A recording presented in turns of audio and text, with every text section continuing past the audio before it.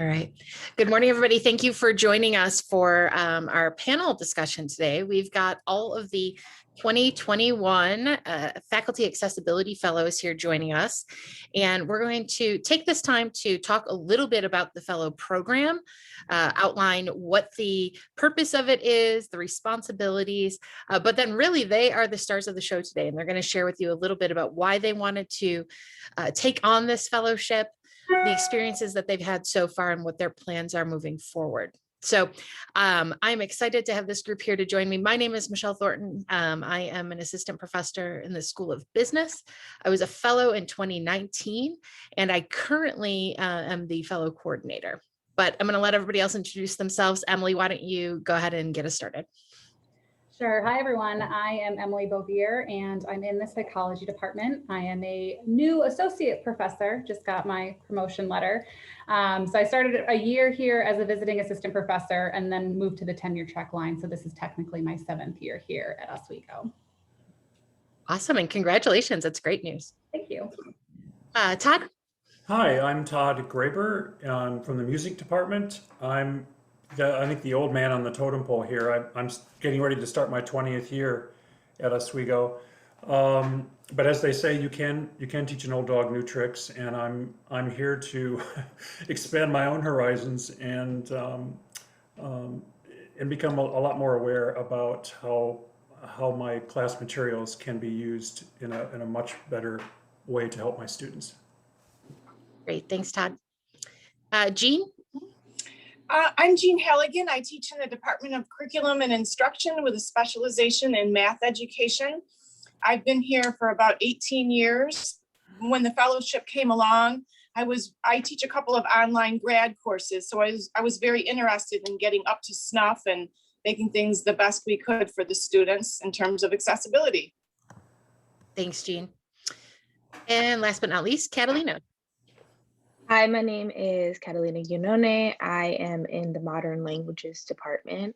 I am a Spanish professor there, and I just finished my first year at Oswego, so I am the newest member of the group in terms of time at the university. Great.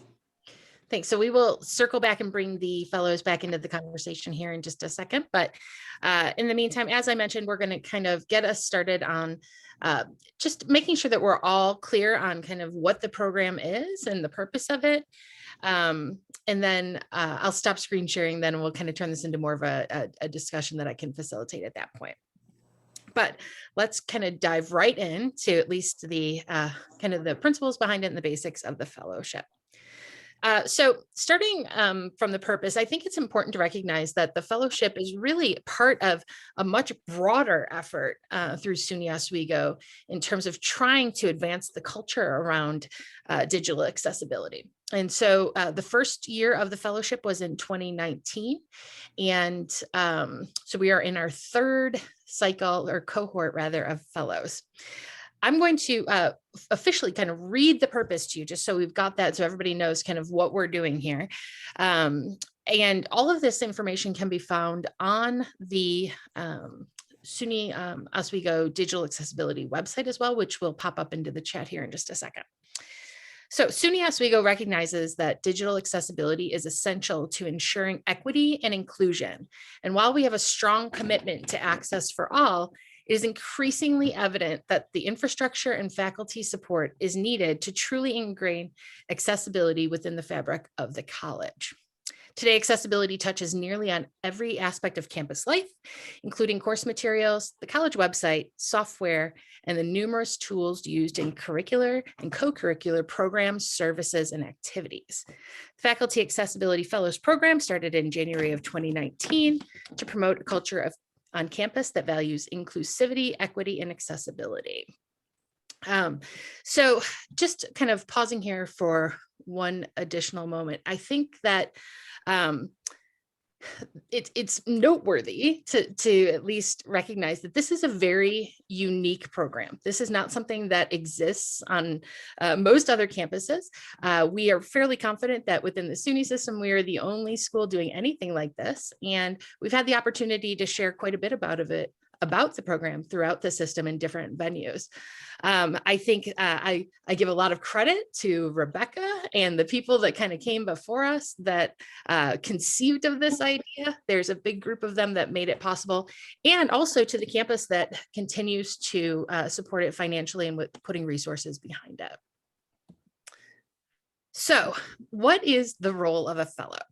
And I think that this is important because about a year ago, Rebecca and I did a survey on campus. And while folks may have been aware of the fellows program, they weren't exactly sure what they did, right? So I think that there are a variety of expectations within that role of a fellow. And the first part stems from an advocacy piece. So we expect that by learning about accessibility, by working to kind of understand these principles and the importance of it, that our fellows become part of a much broader sort of group of champions for accessibility across campus. Part of that role then is to step into kind of more of a coaching or a liaison to the other people within their own networks, whether that is their departments or people that they serve on committees with, whoever they're touching, even in some cases, the students in their classrooms. We expect that most of our fellows are going to do some type of research, exploration, and implementation about best practices for accessibility, inclusive pedagogy, and universal design for learning. And we'll talk, I think we'll spend quite a bit of time in just a moment talking about what that experience has been like, because really the first half of the fellowship focuses on that section. We also anticipate that fellows will teach about accessibility in class. They will connect those practices to kind of the larger diversity and inclusion initiatives across campus, offer professional development and SELT sessions like what we're doing today, and expand their own discipline-specific accessibility expertise. So we have seen our previous fellows present about their work in accessibility in their own academic discipline conferences, things like that, kind of taking this beyond just our campus. There's a fair amount of responsibilities that go along with that, and that includes a pretty intensive orientation session at the beginning of the fellowship time. We meet, generally speaking, weekly during this semester. And in terms of kind of independent work, the fellows will update at least one course so that it includes inclusive pedagogy or universal design for learning and fully accessible digital materials. And then I think that this just goes into a little bit more detail about kind of that coaching or ambassador role, and more specifically states that the fellows are expected to offer 2 sessions during their time as a fellow or immediately following it in the subsequent semester. We would hope that they are meeting with individual faculty in their departments to kind of share principles, kind of pass along the word, help folks out that are struggling independently with their own accessibility issues. And then there are some reporting requirements that go along with all of that too. So with that, I'm going to go ahead and stop my share here, and I'm going to bring in the fellows themselves. And we are going to start with Emily, who is going to kind of begin our discussion on kind of the motivations for why she wanted to be a fellow and what kind of drew her to this program. So I think Michelle's introduction and description to the program itself really captured a lot of our motivations as far as being members of this fellowship. I think all of us have that intrinsic motivation to develop our course materials and make sure that everything is accessible, especially with the push towards online learning. I also teach online graduate classes. And then obviously with the pandemic and the switch to distance learning, that motivated a lot of us to become more aware of it. And just the accessibility initiative on campus over the last few years has laid a really nice foundation to being aware of what it is and sort of promoting more engagement with it.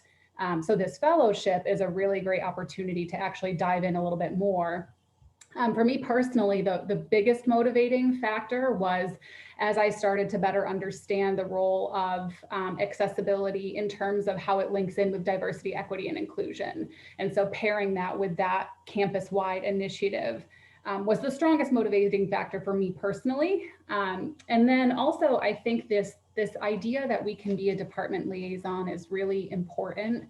And given the rapport that each of us as faculty members have with our department members, we can sort of bridge that gap between these larger initiatives that people might not be as familiar with, and with our rapport, find ways to best connect with the faculty in our department to ensure that more people are participating and engaging with digital accessibility and just diversity and inclusion more broadly speaking.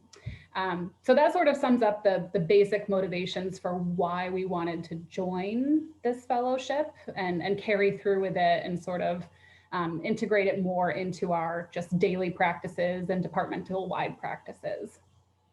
So if any of the other fellows want to piggyback onto that or add any other comments, please feel free. Catalina, go Yeah. ahead. I was just going to add that since I was new to SUNY Oswego, I came from an institution where we talked a lot about accommodations, but there was no ongoing conversation about accessibility. And so when I was attending the CELT sessions and speaking to people about Blackboard, because it was new for me, I'd been using Canvas. It was the first time I had really heard about accessibility. So then when the fellowship came along, it was a great opportunity because it was a way to really educate myself on the matter and also receive like a form of compensation almost for dedicating that time to learning about something that was completely new for me. So it was like a win-win scenario. Great. Yeah, Todd.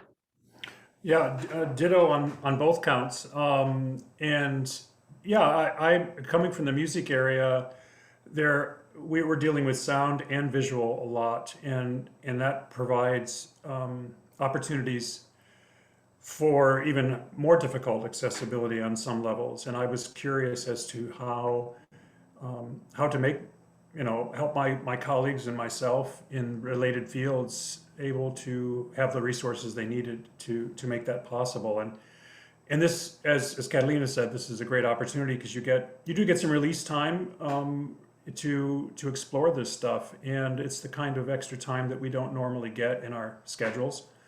So it is a win-win situation, and I'm still exploring, and I'm looking forward to the kinds of things that I can find out and share.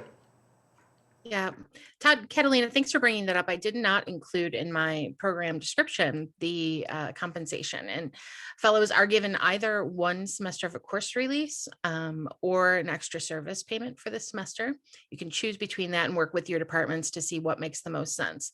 Todd, am I hearing that you took the extra time? Was that something that was important in this in terms of making it feasible with your schedule? Yeah, I took the course release so that I could have the time, because it's just with COVID and everything else that we've all the other accommodations that we're already doing for ourselves and our students dealing with that. It was just a little too overwhelming to take on something else without the extra time. I will say that I recognize that some people, I myself was not in a position with my department's teaching schedule to be able to take a course release. So I chose for the monetary compensation. And it has been a little bit challenging to be able to fit this in, but it is possible, right? Especially if a lot of the work that we do is meant to be built into our course prep anyways. So having that extra time is fantastic. But for those people that might be interested in the program, but a little hesitant if they're not able to get a course release based on departmental requirements, I've been doing it without the course release and have been doing okay so far. Go ahead, Catalina. A lot of the, as Emily said, a lot of the work that we do is, there's a weekly meeting, but a lot of the work that we do is on our own time and as it pertains to our own courses and our own ability, to find the time. And then of course, I'm looking forward to this summer because I'll have some more time to a little more free floating time to work on some things. Yeah, Catalina, you wanted to add something? Yeah, I was just going to say, I'm not sure when you took the course release in your department situation, but for mine, they asked me to take it in the fall just to have more time to plan around their schedule. And it actually works out well because I think that you can sort of organize how much time you're going to dedicate to the fellowship depending on when you have the course release. So I was doing the meetings and working on things as I went, which I'll talk about in my section, throughout the semester. But now that I had that course release in the fall, I'm going to focus a bit more on the one course. And basically what I'm going to do is dedicate time to making sure the courses that I'm teaching are accessible and incorporate UDL. Jean, did you have something to add? Yeah, I wanted to say in terms of the fellowship, I really appreciate that the university gave us the time, because some of the things, and we'll talk about it in our presentation, are easier to do and some are harder to do. But when you're figuring out the harder things, you need creative time. And so many times during the semester, I'd go to bed at night, how am I going to fix this? And you wake up in the morning, but you have enough creative time to rise to the occasion. And I really appreciate the way the university structured the fellowships.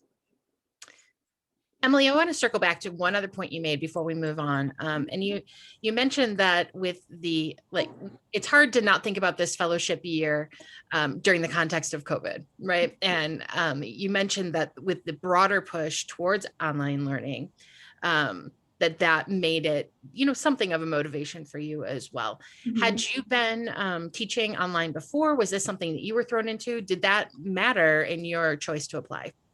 I had actually been teaching online since I've been here. I'm part of the trauma certificate program. And so that's a graduate certificate that has all the courses online. And I had worked with Kate before on proofing one of those courses for accessibility. So I had been familiar with it, but I knew that I didn't have all the tools, right? And so having this program to be able to devote that time to learning more about it is what motivated me, because I already had the foundation of teaching online. I could see that other people who might have been kind of thrown into more of the distance learning would be equally as motivated for different reasons, right? If they are essentially starting from scratch. So I think both can contribute towards, being successful in the program, whether you've had minimal online teaching experience or have taught online classes before. And even if we're not fully online, I think there's just a general push towards more digital use in the classroom, right? Like using, Blackboard or other tools to keep students connected in between class sessions. So there's a lot of digital work as it is, even if your class is fully in person. Any other comments on the relationship between COVID and accessibility online learning? I have one thing to add. When I considered signing up for the fellowship during that, I really appreciated being on face-to-face with my colleagues on Zoom to connect with a small group of colleagues. That COVID was so isolating, and sometimes the students wouldn't show their cameras when you were teaching. So I actually got excited about an opportunity where people would show their cameras. That makes sense? Yeah, for sure. Let's move into our kind of second topic area. And I think that we've got a comment in the comment box here from Michael. And I think this really, I think will probably be a good transition. Michael mentions the fact that some of his work in accessibility, sometimes you need to put it down and come back to it. And so I'm interested in kind of in thinking about that, sort of the overwhelmingness of it, the amount of work that you guys were presented with. And we're going to kind of talk now about just how the experience has been. Really kind of, did it match up with your expectations? Was it harder, easier, kind of where you're at with it? And I think Todd's going to get us started there. Great. Yeah, thank you, Michelle. Yeah, experiences. I mean, we all read the same materials that you saw at the beginning of this session, and we all came with our own expectations. For the most part, I can say they've matched with my experience in that I anticipated, being thrown in feet first at the beginning, and there's a lot of material at the beginning. We talked about PDFs and how to export those from various programs so that they retain their accessibility. We talked about headings, simpler things like headings and alternative texts for images and things like that. There was a lot thrown at us, and you did. I suppose, as Michael says, yeah, there's times you wanted to just step away and then come back to it, but nothing I found so overwhelming that it made me want to run around and jump out a window or anything. So it was actually it's just been the first semester, or the first part of the fellowship is mostly about getting yourself oriented to the resources that are available, a lot of the techniques that are used on Blackboard and in creating syllabi, things like that. So the expectation is not that you have to go out and teach a lot of this immediately. You're actually being sort of in a training session, an extended training session, and you can put it away and come back, as you find your gumption is ready for that process. And the nice thing is too that you're turning the spotlight mostly on your own courses initially, to which you have a lot of familiarity already. So just trying to look at those carefully and figure out how use the accessibility checkers to figure out where you're weak or you're strong. I remember, as Emily said, I've been teaching online courses for a long time, and I just happened into the accessibility checker one day, and I thought, oh, what's this? And this was a few years back, and I clicked on it, and this whole screen came up. You have 400 and and I was like, whoa, what's that about? And I was like, eh. And I went on. So I got that down quite a bit by now. But yeah, it's not too much, and again, you can work at your own pace. One of the experiences that I didn't anticipate, but it's been a positive, is something that Jean's already mentioned, which is my comrades in this ongoing journey that we're taking. My peers who have been supportive. They give us a sounding board off each week that we can see each other, we can talk, we can share our frustrations, share our successes, and our failures. We learn from those as well, and we can brainstorm problems. And one of the things that I've found, we've started down this path, which is a discussion on what is our true role overall in a more global aspect as to what the fellowship could be in regards to, is it just making our programs accessible? Is it more, could it be more that we are champions indeed on campus, and people who really are taking a broader picture at the whole idea of accessibility, accommodations, et cetera, and helping change the overall mindset of larger institutions when it comes to this topic. And I've rattled on for a while, so if anybody else wants to come, wants to share, please do. I'll just chime in, and I echo what Todd said. And I certainly think that having a group to work with and having that weekly meeting that's part of the fellowship brings a little bit of motivation. So it's not like you were held accountable as we went through the semester to any schedule, but we checked in with each other. So we developed a camaraderie, but it gave you a little motivation as you progressed. And again, our fellowship was all during the COVID semester. So I think that the connection and the camaraderie was a little extra because you didn't have very much, if that makes sense. So I thought it was wonderful during the spring semester. And then we did become advocates. As the semester went on, we had several sort of philosophical discussions about accessibility and disability, and intellectually it was very stimulating.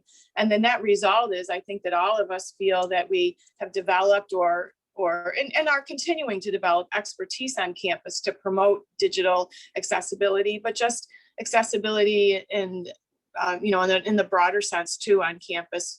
Not everyone has a need for digital accessibility, but there's other types of accessibility, like physical accessibility, and it's just a mindset of approaching the campus and dealing with students, faculty, staff, and life, and that was very rewarding from the fellowship. And then Todd said, some things we learned how to do are easier, but it's hard to get started. And so here we all had to help each other get started and try a couple documents, and we could bring our difficulties to each other. And then after we all got ourselves started, now part of our role is to get others started, and we'll be starting with our departments and things. So it's definitely a snowball situation, and I think very good for the campus. Todd, I want to come back to you about expectations. You, I think while everybody is in different departments, many of us use a lot of similar kinds of things, whether it's Word documents, Google Docs, emails, presentations. You've had, I think, run into some really unique questions coming from the music side of things. I'm curious if that was something that you were concerned about coming in, like if this would, knowing that you were kind of in uncharted territory, how did that kind of play into your first semester experience? It was a little daunting. I was because I think a lot of the accessibility issues that are found by young students and stuff coming to our classes, many of them have to do with sight and not being able to see materials quite as well or whatever, and that interests me as well as a musician, because we read music all the time, but there's lots of different symbols, and how do you describe a quarter note, in a textual way without somebody seeing it? How do you describe a staff or a chord structure or a sharp or flat? I mean, there's just, it was interesting to me, and not only that, but then I was starting to think in terms of oral issues with students, and what if I had a student who had partial hearing loss in 1 year and who wanted to take one of our classes, and some of the examples are online as MP3s. How do they experience those? And some of the examples aren't exactly absolutely necessary for you to understand the concept, but they do help. And so, yeah, all those things. And I wish I could sit here and tell you I have all the answers right now. I don't. I really don't. I'm still exploring a lot of this. But those are some of the things from the music side that I won't say they keep me up awake at night, but they keep gnawing at me and saying, And now one of the people that I do want to contact, I've got an email out to him, is Richard Eichhorn, who is a great composer. He was here, he's written a lot of film scores and things, and he was on campus a few years ago. He wrote the Joan of Arc score for an old 1928 silent film that we performed on campus. And shortly after doing that, he lost a good share of his hearing. And I'm in touch. He's had to do a lot of exploration on his own when it comes to finding programs and things that allow him to continue the work that he does. And I want to touch base with him this summer and explore some of those, because I'm hoping that they'll reflect or directly be applicable to some of the things I've had in my head. I also think what Todd said in terms of perfection is useful, where it's kind of freeing. I remember, maybe Michelle said this one time, that we're not trying to do it perfectly, we're just trying to do it to whatever extent possible. So I find that freeing, because sometimes it's very suffocating to think, oh, this isn't worth doing if I can't do it perfectly. And the fact with these accessibility practices is, if you're doing anything, it's better than doing nothing at all. So that's helped me a lot, especially on days when, and I'm going to show a few documents when I just like, I can't do this right now, or I don't know how to do this right now. I rationalized it by knowing that I was doing an important element of it, and I could come back and continually build on this and improve. And I would just say, agree totally, Catalina, and just add that it's like any other course of study, right? You want to, at the end of that study, you want to be sure that you will do no harm. That's one of the first things. But you're just been given the tools to begin your own journey and to help. You're a little more informed than perhaps the people you're working with, and you can help guide them and give them good information and good resources. but you're by no means the expert in the room. There's always going to be people who know more, and that's fine. But we have to start, and we can't wait until we're perfect, or we'll never get started. Yeah, I think that's actually a really good segue point to our next section. And Catalina is graciously going to share with us some of the work that she's actually been doing. We're going to kind of talk through, have her talk through some of the more specifics on things that she's been up to over the last summer or semester, and I think maybe some of the challenges that she's run into. So this semester, I worked primarily on as I was developing new courses, since I'm newer at the university, and building upon my courses from the fall, making sure that what I had was accessible. Everything was digital because of the fact that we've been teaching online. So I had a wealth of materials to work with. So I focused mainly on revising materials that I had assigned or incorporated into my course the semester before. And I also focused on incorporating accessibility practices into my workflow when I was creating new materials. Because one of these tenets of accessibility is if you start by just making your materials accessible, then you don't have to you don't have to redo them. And if you incorporate that into the way that you work, you don't have to redo it. I worked mainly in Google Docs. I think I worked exclusively in Google Docs. So between Google Docs and Word, there are similarities in what you have to do in terms of headings and naming and alt text, and paying attention to colors. But the actual technical elements, the buttons you press are a bit different. And sometimes some of the processes are a bit different. I tried to address PDFs. I use a lot of PDFs in my class, and that's probably what's going to be challenging for me next semester. But one workaround that we found that I liked a lot, it might set off the Blackboard accessibility meter, is providing the PDF without doing anything to it, and then providing a link to the PDF online for like an ebook, or if this ebook version of it exists already. And that way you don't have to do anything in terms of changing the PDF, but if students want to use a screen reader, they have that direct access to the ebook. I don't think it's foolproof with like scan pages, or I know it's not foolproof with scan pages, but it is kind of a good workaround for PDFs that you're assigning out of existing ebooks that exist on ProQuest, for example.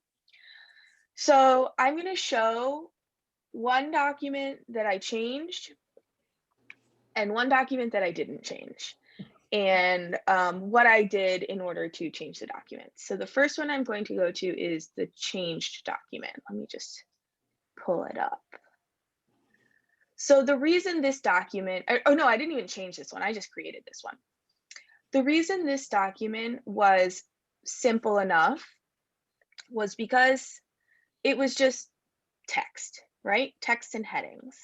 So this was for an assignment that I had in 2 classes, actually, a fishbowl discussion assignment. And I picked this one because I explained it in English. A lot of the times my documents are in Spanish. So all I had to do in order to prepare this document according to accessibility standards is insert the correct headings, which I used using the Google headings function. And you can see that I did it here because all the headings are nested on this sidebar. I also did not use tables, I used columns, which is something that helps with screen readers. And this would not be accessible because I bolded something here that I didn't in a non-visual way. I didn't give a non-visual cue for why it's important. So I find myself doing that a lot, and there's different visual or like asterisks that you can put to fix that easily. But as you can see, it's a pretty simple document. The URL is embedded with an explanation. But this is a way that as I prepared my document, just had to say, okay, Catalina, when you write the title, make it a heading. Now, something we worked on in the group was I was having, and to be honest, still am having, with my Google, I don't know why, it does not want to save my heading presets. So I found different ways of working with this where basically I just write the heading and then set it as the heading with update heading 1 to match and just continue on. But that would be one of the times that it was really nice to have this group meeting to chat.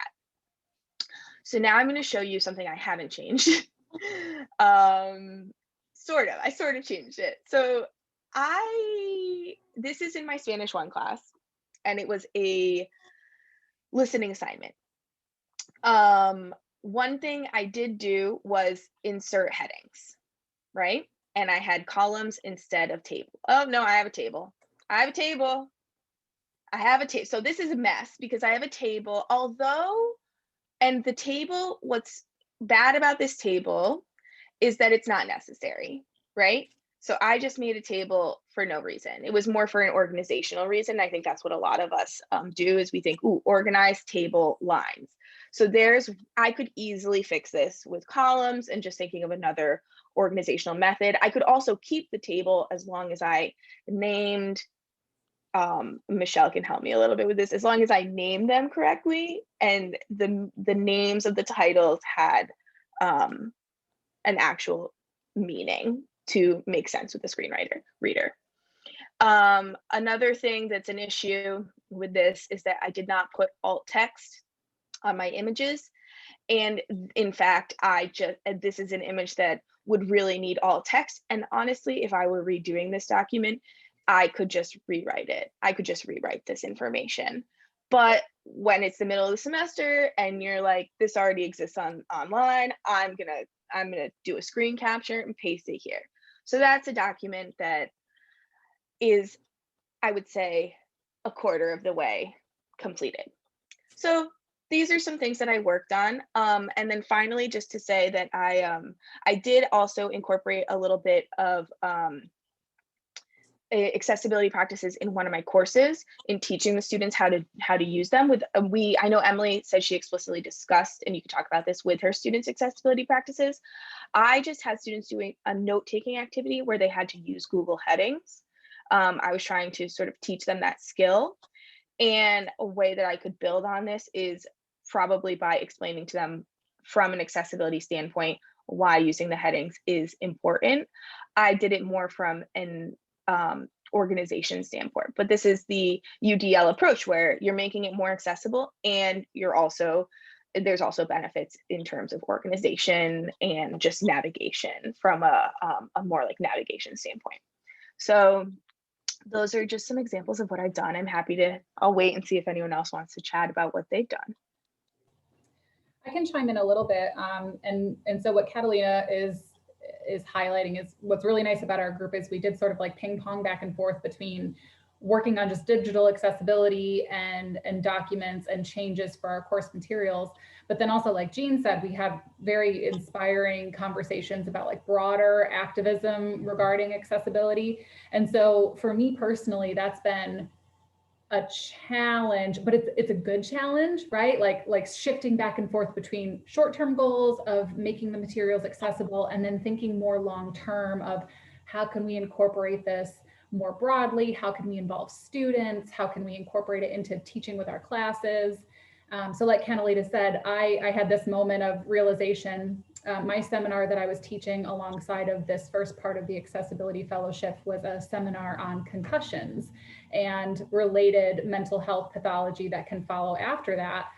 And it's like, oh yeah, there's tons of visual and mental side effects of concussions. And so I brought in this element of the purpose of accessibility as a discussion with my class.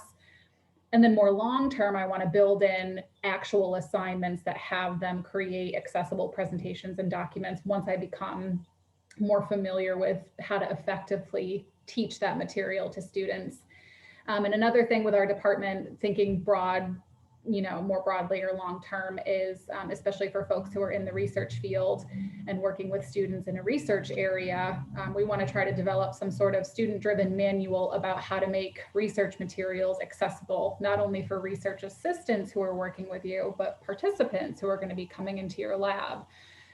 So there's lots of long-term goals that we've been thinking about alongside just the short-term ones of changing our documents up. So and just generally speaking, just to kind of tie back to what Todd was saying about this whole group dynamic, it's a very humble, supportive, collaborative fellowship program that does just try to offer you as much support as possible. Even if you're making small steps along the way or larger steps in the future, it's just a really great support network for moving forward with this.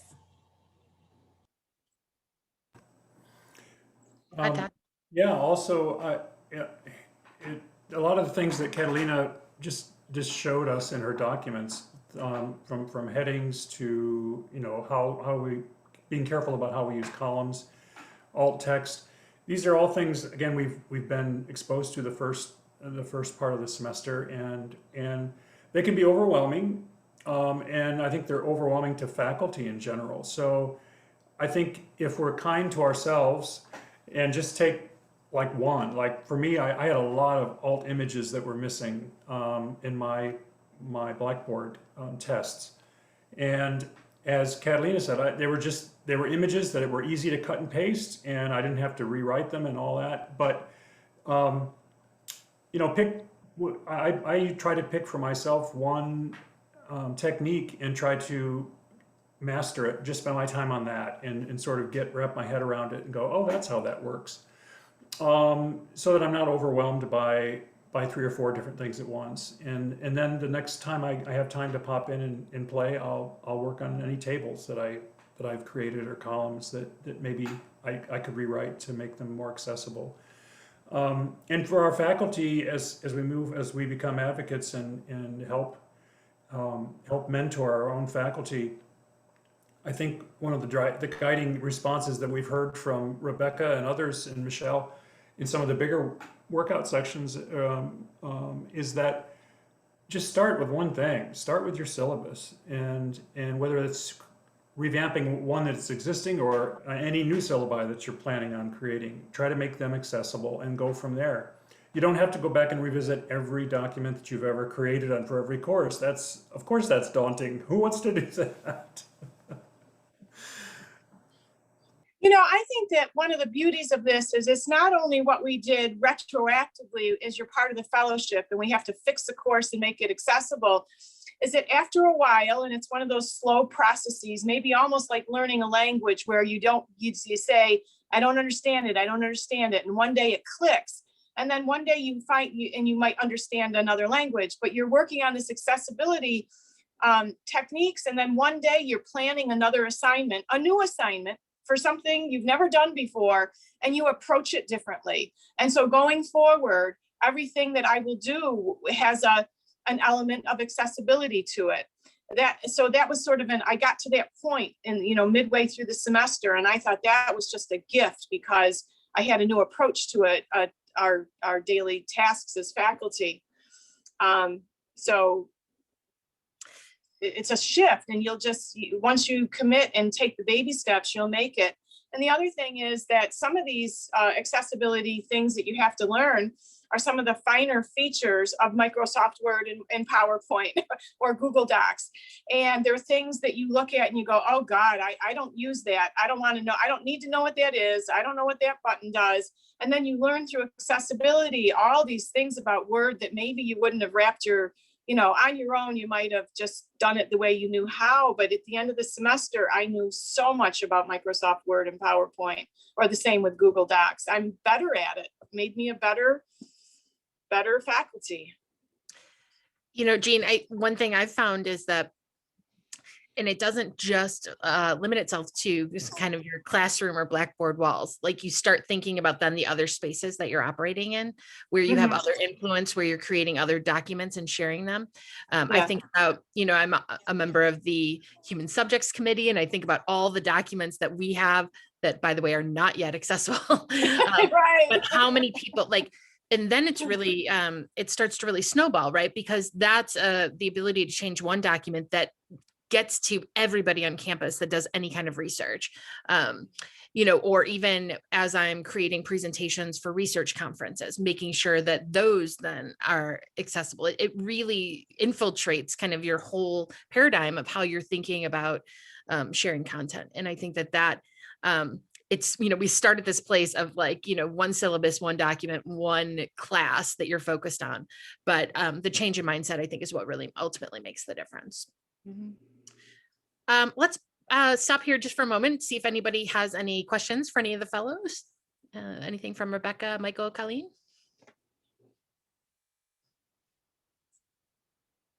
Okay.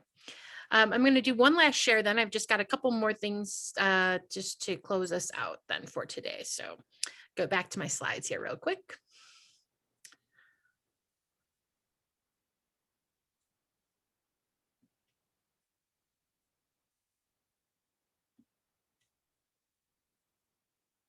Hopefully, are you seeing my, I don't think that, I don't know what you Sharing your guys, desktop. all right, well, that we can use that.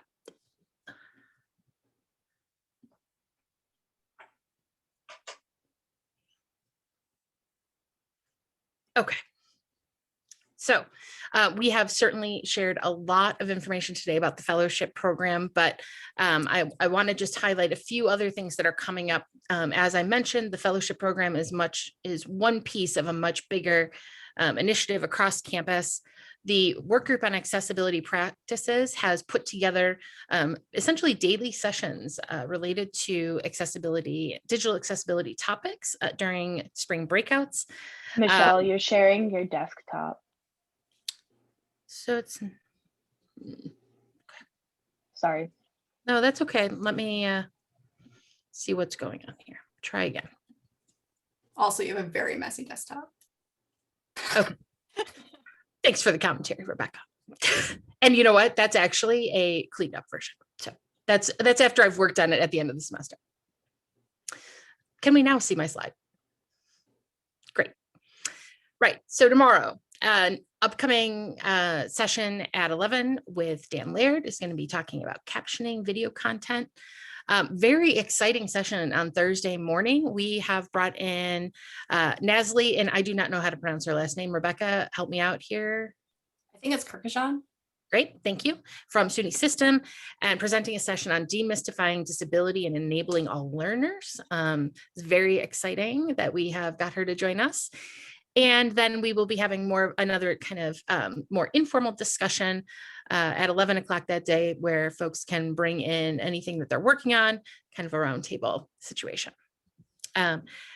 Then just a few highlighting a couple other things. The broader Oswego digital accessibility website is up, has a great source for trainings, tools, videos to learn about all of the kinds of things we were talking about today. And you can find information there about both the work group itself, all of our fellows, and how to get in contact with us. And then a future announcement about the fellows program for next year, hopefully, which we would expect to see at the beginning of the fall. So that typically the application cycle kicks off sometime in September, due October, November, with the fellowship beginning following year in January. So if this has piqued your interest in any way and you want more information, stay in touch with us and keep your eyes open for that information coming out. So that is my last slide for today. Any final comments? And we are like, could not be more on time with the 11:50 stop point. So happy to entertain any final questions.